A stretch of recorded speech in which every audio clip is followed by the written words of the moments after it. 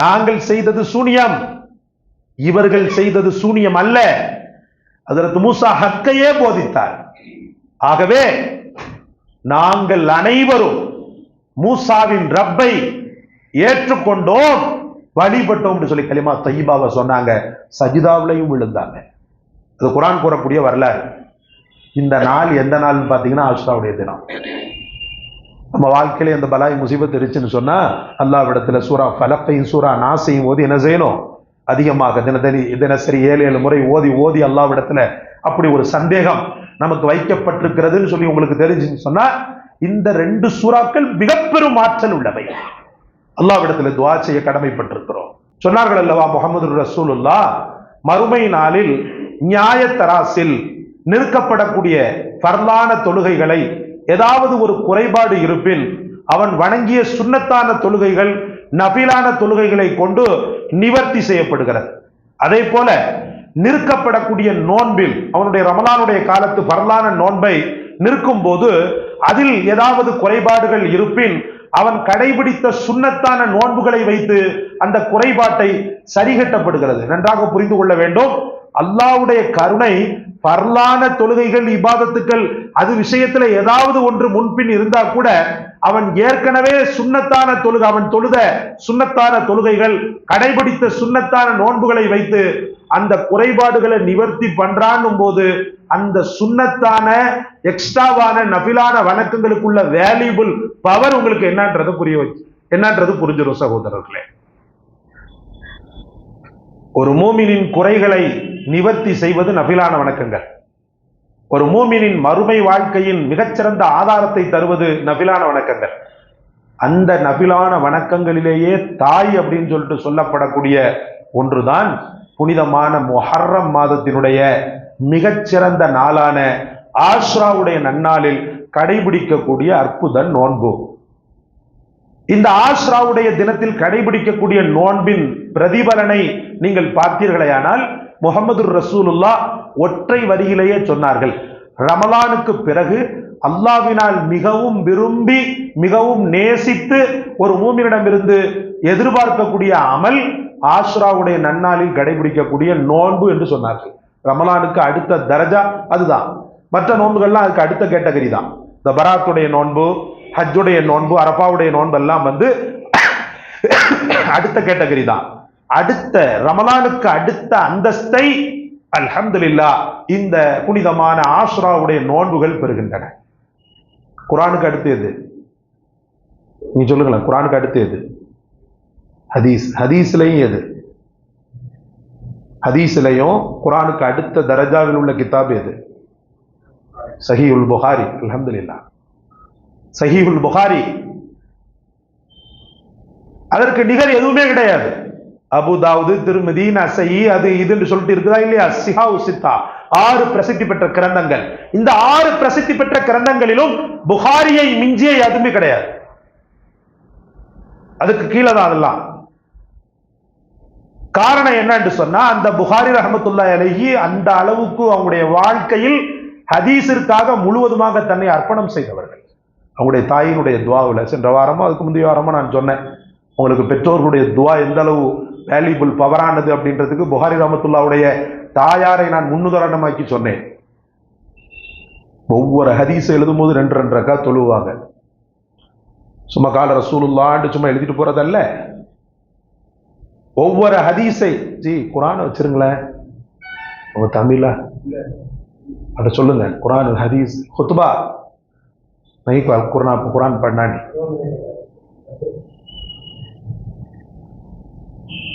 ஒவ்வொரு ஹதீஸை முடித்ததற்கு பிறகும் ஹஜ்ரத் புகாரி ரஹ்மத்துல்லாஹி அலைஹி 2 ரக்காத் தொழுவாங்க. அப்ப அவங்கள்ட்ட இருக்கக்கூடிய சிறப்பியல்பின் காரணமாக குர்ஆனுக்கு அடுத்த ஹதீஸ்களை வரலாற்றிலேயே அவர்களை அல்லாஹு தஆலா அங்கீகரித்ததை போல அபுல் இஸ்ஸத் நஃபிலான வணக்கங்கள் அப்படின்னு சொல்லிட்டு கேட்டகரியை ஏற்படுத்தி அந்த நஃபிலான வணக்கங்களில் பிரதானமானதாக முதன்மை பெற்றதாக முஹர்ரம் மாதத்தை அல்லாஹ் ரப்பல் ஆலமீன் தேர்ந்தெடுத்தான். இந்த மாதம் அல்லாஹ்வினால் ரீசண்டாக ரசூலுல்லாஹ்வுடைய காலத்துல தான் புனிதம் அப்படின்றதெல்லாம் அல்ல. அதுக்கு முன்னாடியே பாத்தீங்கன்னு சொன்னா தொன்று தொட்டு இந்த முஹர்ரம் மிக பெரும் புனிதத்துவம் பெற்ற மாதமாக எல்லா மக்களாலும் கருதப்பட்டது. அரபுகள் சண்டை சச்சரவிலேயே ஊறி போனவர்கள், அநீதத்திலேயே ஊறி போனவர்கள், அடுத்தவர்களை தொந்தரவு கொடுப்பதிலேயே ஊறி போனவர்கள்.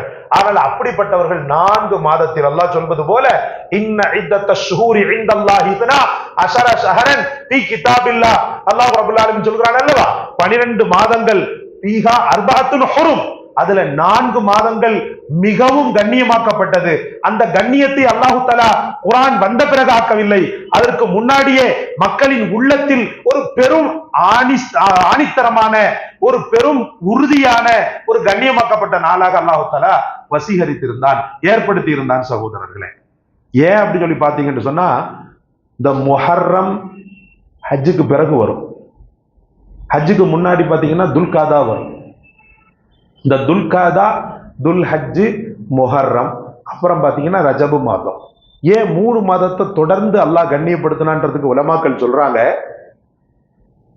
ஹஜ்ஜுக்காக புறப்படக்கூடிய காலகட்டம், அந்த மக்கள் புறப்பட்டு என்ன செய்வாங்கன்னு சொன்னா, நடைபயணமாகவோ அல்லது வாகனத்திலோ நீண்ட நெடிய தூரங்கள் பயணப்பட்டு வருவாங்க. இப்ப நம்ம நினைச்சா போயிடுறோம், அப்ப அப்படி அல்ல. ஹஜ்ஜுக்காக போகிறதுக்கு அவர் மெனக்கெடணும், ரொம்ப மெனக்கெடணும். அப்படி மெனக்கெட்டு அவர் போகிற வழிகள்ல அரபுகள் வன்னஞ்சம் உள்ளவர்களாக இருந்தால், எதிரிகளாக இருந்து போற வழியில இந்த மாசத்துல அவங்க ஹஜ்ஜுக்காக போறவங்க, ஏன்னா ஹஜ்ஜுன்னு சொன்னா அவங்க அல்லாஹ்வை மட்டும் தொழ மாட்டாங்க, வெறும் ஹஜ்ஜுக்கு போவாங்க, வெறும் அல்லாஹ்வை மட்டும் தொழ மாட்டாங்க, அந்த காபத்துல்லால இருக்கக்கூடிய அத்தனை சிலைகளையும் சேர்த்துதான் தொழுவாங்க. அல்லாஹ்வை மட்டும் தொழ மாட்டாங்க, அல்லாஹ்வோடு சேர்த்து யாரையும் தொழுவாங்க, 300 சிலைகள் இருக்கு இல்லையா, அதையும் சேர்த்து தான் தொழுவாங்க.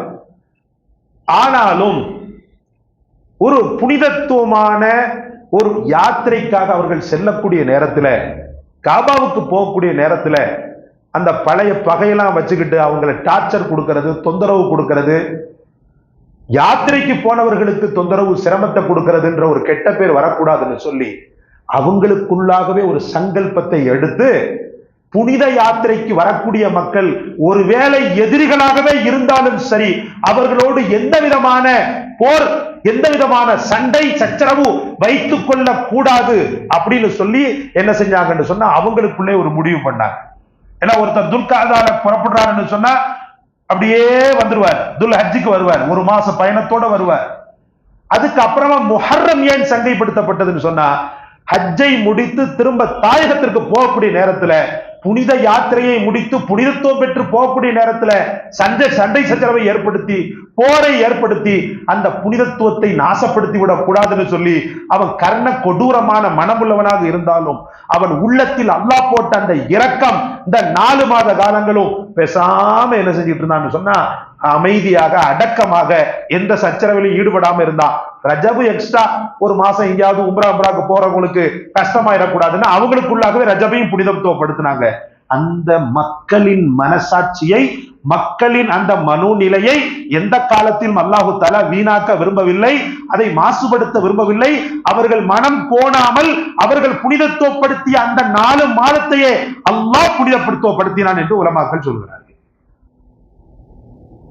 இந்த மாசத்துல தவறுகளே பண்ணக்கூடாது, இந்த மாசத்துல அக்கிரமங்கள் பண்ணக்கூடாது, இந்த மாசத்துல சண்டை சச்சரவு பண்ணக்கூடாது. எதிரிகளா இருந்துமே பண்ணல, நம்ம முஸ்லிமா இருந்துகிட்டு முஹர்ரம் மாசத்திலையும் நம்ம பாட்டுக்கு இயல்பு தன்மைக்கு மாற்றமாக, இஸ்லாம் தன்மைக்கு மாற்றமாக சண்டை சச்சரவுல, பகமையில, அழிச்சாட்டியங்களை ஈடுபட்டோம்னு சொன்னா, ஒரு காபிரா இருந்துமே அவன் புனிதத்துவப்படுத்தினான்.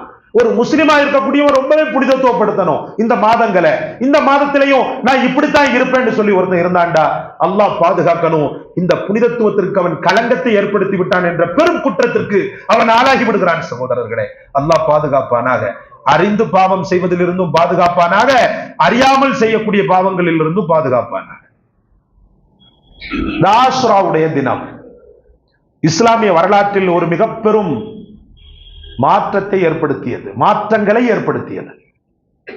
முதலில் நான் சொல்ல வேண்டுமெனில், ஹஜ்ரத் நூஹ் அலைஹிஸ்ஸலாத்து வஸ்ஸலாம் சத்திய சீலர்களை அழைத்து கொண்டு வரும் 80 பேர் தான் இஸ்லாத்தை தழுவுனவங்க. மற்ற எல்லாரையும் அல்லாஹ் தஆலா அழிச்சிட்டான்.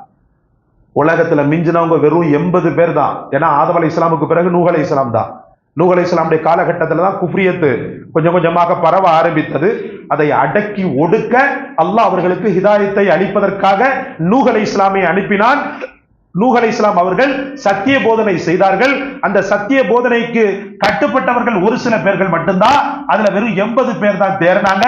அந்த 80 பேரையும் அழைத்து கொண்டு மற்ற அநியாயக்காரர்களை அழித்துவிடு என்ற அந்த சாபத்தின் துவாவை செய்துவிட்டு என்ன செய்தாங்கன்னு சொன்னா, அந்த சாப வார்த்தைகளோடு கலந்த துவாவை செய்துவிட்டு தன்னுடைய அந்த அருமையான அந்த மக்களை அழைத்து கொண்டு ஹஜ்ரத் நூஹ் அலைஹிஸ்ஸலாம் அவர்கள் சென்றார்கள் அல்லவா. மிக பெரும் வெள்ள பிரளயத்தில் இருக்கக்கூடிய அத்தனை அக்கிரமக்காரர்களும் அழிக்கப்பட்டு இந்த 80 பேரும் காப்பாற்றப்பட்டு ஜூதி என்ற மலையில் அவர்கள் தஞ்சம் புகப்பட்டு ஜூதி என்ற மலையில் அவர்கள் தஞ்சம் அடைந்து அங்கே அவர்களுக்கு வாழ்வாதாரத்தை ஏற்படுத்தி இன்னைக்கு நாமெல்லாம் உயிரோடு இருக்கிறோமே, அந்த உயிரின் மூலக்கர்த்தாவாக அந்த மக்களை அல்லாஹ் வைத்ததன் பின்னணி வைத்ததன் புனிதமான நாளாக இந்த ஆஸ்ராவுடைய தினம் இருந்து கொண்டிருக்கிறது. ஜூதி என்ற மலையில் அவர்களை காப்பாற்றிய நாள் இதுதான் என்று உலமாக்கள், தஃசீருடைய உலமாக்கள், ஹஜ்ரத் இப்னு அப்பாஸ் ரலியல்லாஹு போன்ற பெரும் பெரும் சஹாபாக்கள் நமக்கு சான்று பகர்கிறார்கள். அடுத்து பாத்தீங்கன்னு சொன்னா, சத்தியத்திற்கும் அசத்தியத்திற்கும் நடந்த மிக பெரும் யுத்தம். அந்த யுத்தத்தில் அல்லாஹ் வெற்றி வாகை சூட வைத்த நாளும் இந்த புனிதமான ஆஷுரா. எந்த சத்தியம்? ஹஜ்ரத் மூசா அலைஹிஸ்ஸலாத்து வஸ்ஸலாம் என்ற சத்தியம். எந்த அசத்தியம்? ஃபிரௌன் என்ற அசத்தியம். இந்த 2 பேருக்கு மத்தியில நடந்த ஒரு பெரும் போர், ஹக்குக்கும் பாத்திலுக்கும் நடந்த போர். எப்படிப்பட்ட போர்? வாளேந்தி போர் அல்ல. அவர்களை அப்படியே முறியடிக்க வேண்டும், கேவலப்படுத்த வேண்டும் என்று 40 சூனியக்காரர்களை ஏற்பாடு செய்தார். 1 2 அல்ல. ஏன்னா அப்ப பிளாக் மேஜிக் தான் ரொம்ப கொடிகட்டி பறந்துச்சு. சில முட்டாள்கள் பிளாக் மேஜிக் இல்லைன்றான் பாருங்க, அவங்களுக்கெல்லாம் செருப்படி இந்த ஆயத்துக்களிலும் இந்த சம்பவத்திலும் இருக்கிறது.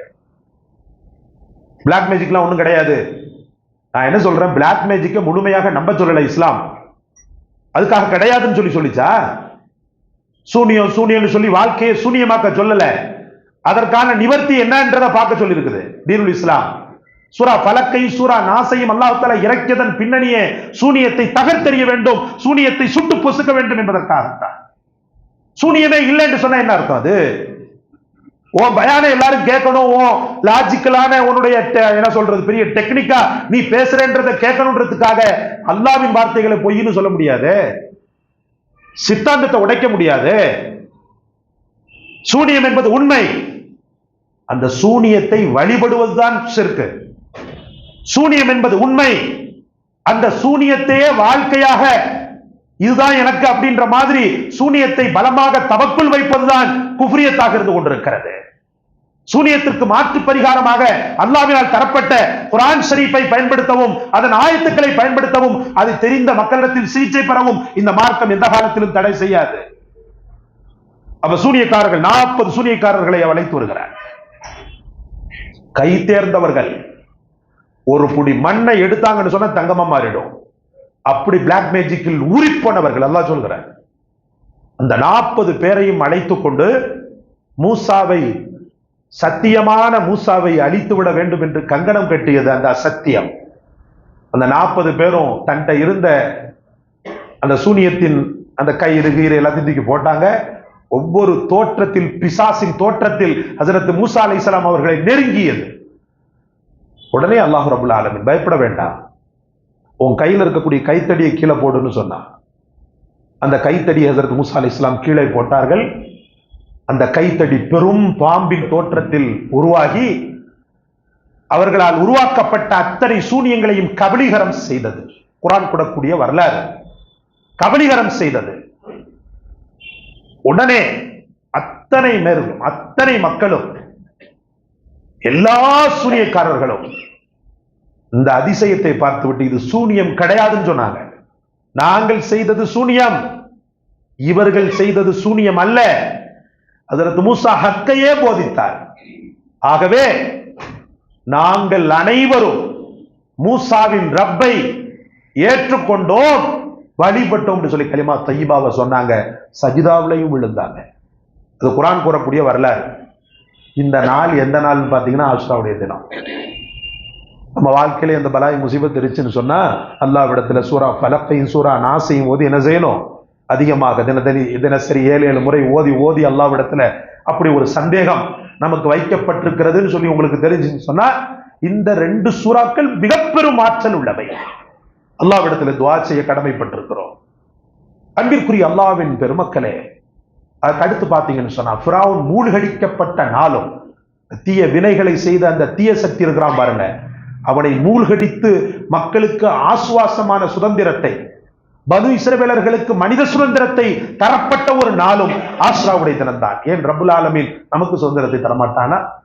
நோன்பிருந்து, அல்லாஹுடைய நோன்பை இருந்து திக்ர் செய்து, ரப்பே ஆகப்பெரிய தீய சக்தியை அழித்து நல்ல மக்களை நீ காப்பாற்றியது போல என் வாழ்க்கையில் மையம் கொண்ட ஒவ்வொரு தீமைகளையும் அழித்து எனக்கு ஆசுவாசமான சுதந்திரமான தெளிந்த நீருடையை போன்ற வாழ்க்கையை தா என்று அல்லாஹ்விடத்தில் நோன்பிருந்து கேளுங்கள். நோன்பிருந்து கேளுங்கள். சையதுனா யாக்கூப் அலைஹிஸ்ஸலாத்து வஸ்ஸலாம் பிள்ளைகள் தவறு செய்தார்கள். யூசுப் அலைஹிஸ்ஸலாம் அவர்கள் மீது ரொம்பவும் பிரியப்பட்டு அவரை ரொம்ப அதிகப்படியாக நேசித்ததன் காரணமாக பொறாமை கொண்ட சகோதரர்கள், கிட்டத்தட்ட 9 சகோதரர்கள் அவருக்கு எதிராக, யூசுஃபுக்கு எதிராக சதி செய்து ஹஜ்ரத் யூசுஃபை தூக்கி வீசினார்கள். உயிரோடு கிணற்றில் தூக்கி எறிந்தார்கள். ஒரு துளி காயமில்லாதவாறு அல்லாஹ் ரப்புல் ஆலமீன் ஜிப்ரைல் மூலமாக காப்பாற்றினான். காப்பாற்றி அல்லாஹ் ரப்புல் ஆலமீன் கொஞ்சம் சோதனையை தந்தான். அலைகழிக்கப்பட்டார்கள். அதற்கு பிறகு மிஸ்ர் தேசத்தின் மகாபெரிய மன்னனாக முடிசூடினார்கள். அந்த மன்னராக வீட்டிருந்த அந்த காலகட்டத்தில் ஹஜ்ரத் யாக்கூப் அலைஹிஸ்ஸலாமுடைய வாழ்க்கை இழந்துவிட்ட தன்னுடைய மகனை நினைத்து நினைத்து நினைத்து வருந்தி, ஆனாலும் பெற்ற பிள்ளைகள் மீது இன்னைக்கு ஒரு சில தாய் தாப்பனை பார்க்கிறோம். அல்லாஹ் பாதுகாக்கணும். உள்ள அதை செய்யல இதை செய்யல, அவன் நல்லா இருப்பானா நாசமா போயிடுவான்னு சொல்லி சபிக்கின்ற எத்தனையோ பெற்றோர்கள் என்ற பெயர் தாங்கிகளுக்கு மத்தியில் ஒரு குழந்தையே கொன்றார்கள். அவர்கள் கொன்றார்கள். அவருடைய ரீதியில குழந்தையை கொண்டுட்டாங்க யூசுஃபை.